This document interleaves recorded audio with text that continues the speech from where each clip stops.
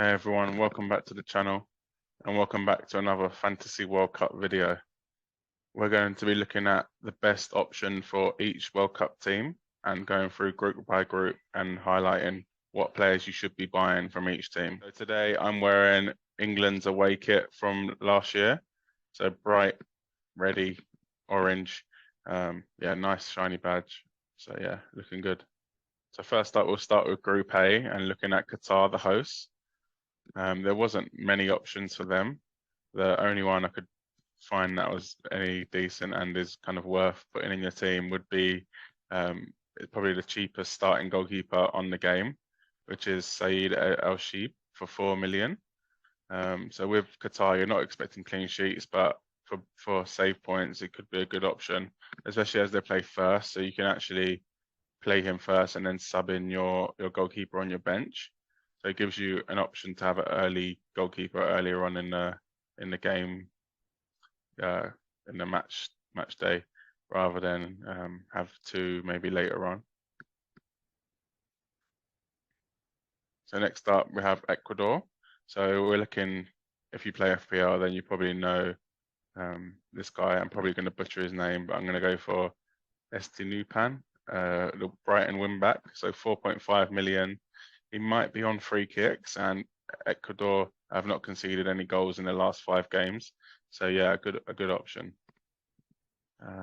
We'll move on to Senegal. So Diallo for 4 million. So yeah, it'll be a good option if you are planning to wildcard after game week 1, because they do have the Netherlands, which is the toughest game in the group for everyone in the group.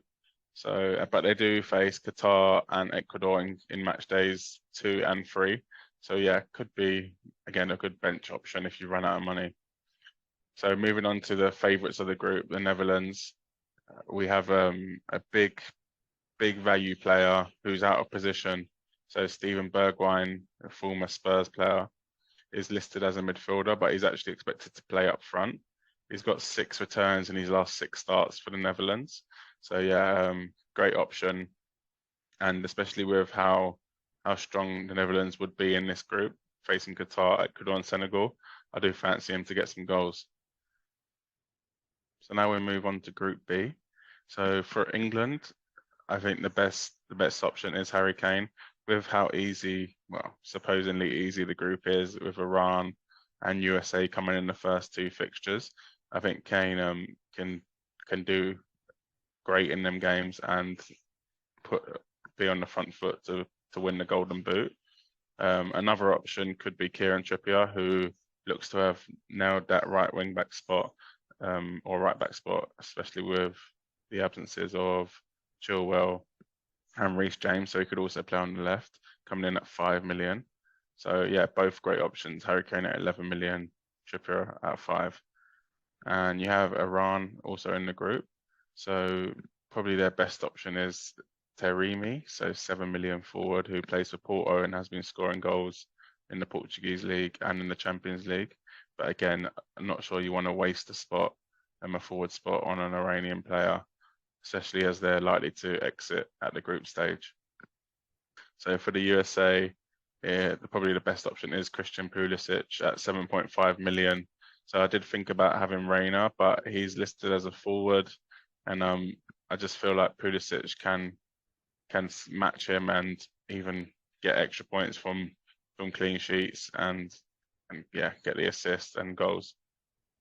So for Wales, I think Wales do have a few good options. So you obviously have Gareth Bale at 8 million, this is likely to be Bale's first and last World Cup. So he'll want to make an impact.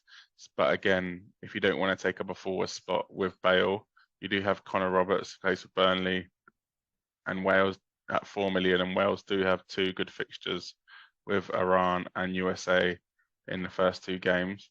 So again, if you're playing the wild card, maybe and get match day 3, that could be a great option. And he's likely to be playing right wing back in a 3 at the back formation. So Group C, we'll start off with Argentina, and there really is no other choice but to have Messi in your team. Coming in at 10.5 million, which is 5.5 million cheaper than Harry Kane. Yeah, it's a no-brainer really. Messi, and probably will be his last World Cup, so he'd want to go out with a bang. So for Saudi Arabia, again, this is a bit of a struggle, but we've gone for Al Dorsari. Sorry again if I butchered the name. He's coming in at 4.5 million. He is a forward. He went on loan at Villarreal once and failed to make the grade. So yeah, I wouldn't be hanging your hat on him.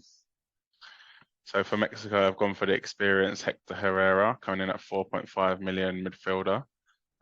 He's likely to rack up the tackle and key passes points, and in a group that they'll be hoping to finish second. So for Poland, the obvious choice is Lewandowski, but I've actually gone for Matty Cash, who comes in actually at 4 million. The Aston Villa wingback is likely to get them attacking returns, and in a group where they will struggle, they do start off with a good first two fixtures against Saudi Arabia and against Mexico. So now we're going to be looking at Group D, and we're going to start with the group favourites and probably one of the tournament favourites, France. So Mbappe, yeah, great option, listed as a forward, 11.5 million. Another option, as you probably want to be going at least double France, given how great their group is Fiat Hernandez, who's one of the best fullbacks in the world, coming in at 5.5 million, with France likely to keep plenty of clean sheets in this group, especially coming up against this opposition. So next up, we'll go with Australia, but you're probably not going to want to bring them in until match day 2, as they do have France in the first game. And probably my favourite option is Matt Ryan in goal, coming in at 4.5 million.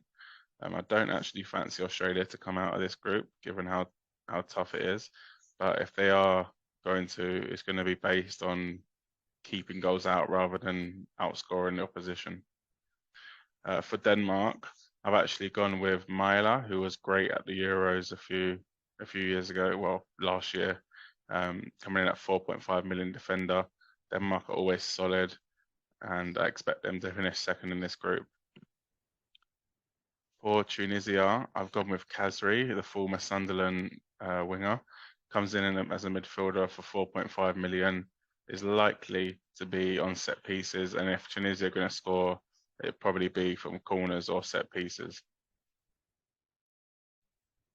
Thanks for watching, and if you haven't already, please like this video and subscribe to the channel. Make sure you hit that notification bell, as I will be releasing groups E to H very soon.